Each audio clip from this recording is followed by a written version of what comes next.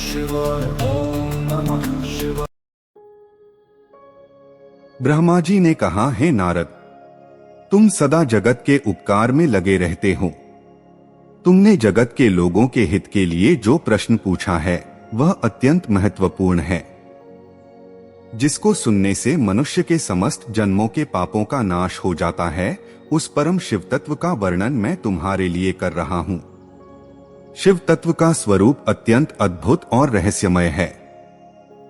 जिस समय महाप्रलय आई थी और संपूर्ण सृष्टि नष्ट हो गई थी, चारों ओर केवल अंधकार ही अंधकार व्याप्त था। आकाश में स्थित समस्त ग्रह नक्षत्र तारे विलुप्त हो गए थे। सूर्य और चंद्रमा का प्रकाश लुप्त हो गया था। दिशाओं का कोई भान नहीं था, न दिन था, न रात, न जल था, न ही वायु। समस्त तत्व विलीन हो गए थे। उस समय केवल सत अर्थात शाश्वत सत्य ही विद्यमान था। योगी और ज्ञानी जन अपने हृदय के भीतर ही उस परम तत्व का अनुभव करते थे। वहां तक वाणी, नाम, रूप या रंग का कोई प्रभाव नहीं था। कुछ समय पश्चात जब सृष्टि की रचना का समय आया, तब उस परम सत्ता में अनेक होने की इच्छा उत्पन्न हुई। अपनी दिव्य लीला से उन्होंने सृष्टि की रचना का संकल्प किया। उस संकल्प से आदि शक्ति उत्पन्न हुई, जो संपूर्ण ऐश्वर्य, ज्ञान और शक्ति से संपन्न थी। वही शक्ति संपूर्ण सृष्टि की जननी बनी। उसे ही विद्वान लोग ईश्वरी कहकर पुकारते हैं। उन्होंने अपने दिव्य शरीर से एक दिव्य तेजस्विनी शक्ति का निर्माण किया, जिसे परम शक्ति, सर्वशक्तिमयी और ब्रह्मांड की माता कहा जाता है। उन शक्ति देवी की 8 भुजाएं थीं और उनका मुख परम प्रकाश से देदीप्यमान था। उनकी आभा इतनी अद्भुत थी कि सूर्य और चंद्रमा की चमक भी उनके समक्ष फीकी पड़ जाती थी। विभिन्न प्रकार के आभूषण और दिव्य वस्त्र उनकी शोभा बढ़ा रहे थे। सदाशिव को ही समस्त मनुष्य परम पुरुष, ईश्वर, शिव शंभु और महेश्वर के नाम से पुकारते हैं। उनके मस्तक पर गंगा विराजमान थी, ललाट पर चंद्रमा सुशोभित था और उनके मुख पर 3 नेत्र दमक रहे थे। उनके 5 मुख थे और वे 10 भुजाओं से युक्त थे। उन्होंने अपने शरीर पर भस्म धारण की थी और स्वयं शिवलोक की रचना की थी, जो आगे चलकर काशी के नाम से प्रसिद्ध हुआ। यह काशी परम पावन और मोक्षदायक स्थान है। इस स्थान में शिव स्वयं भगवती पार्वती के साथ निवास करते हैं। प्रलय काल में भी उन्होंने इस स्थान को नहीं छोड़ा, इसलिए उन्होंने इसे आनंदवन कहा।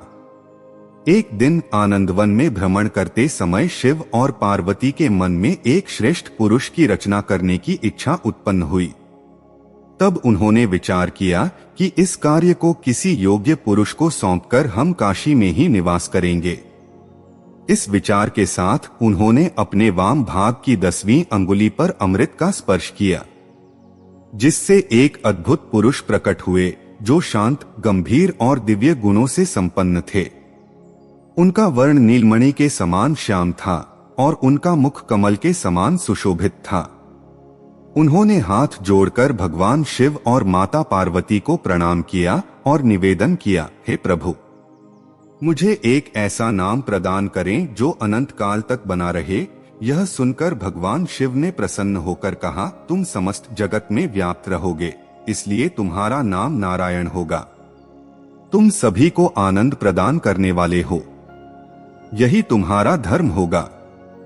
अब तुम इस स्थान पर स्थिर रहकर तप करो, यही समस्त कार्यों की सिद्धि का साधन है। भगवान शिव के आदेशानुसार नारायण ने वहां 12 वर्षों तक घोर तपस्या की।